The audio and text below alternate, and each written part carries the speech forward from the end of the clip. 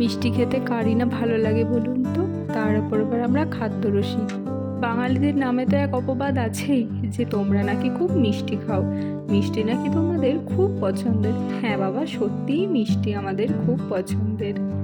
তা সে যে কোনো ভালো অনুষ্ঠান হোক আর মন খারাপ হোক, মিষ্টি আমাদের চাইই চাই।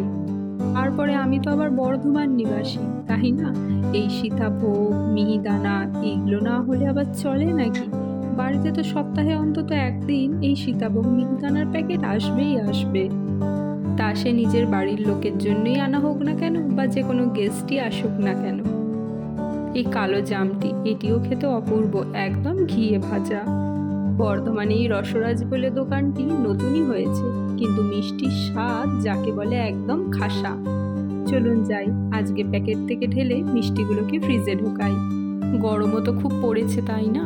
আজ তাহলে আসি, পরে দেখা হবে আবার একটি অন্য ব্লগে।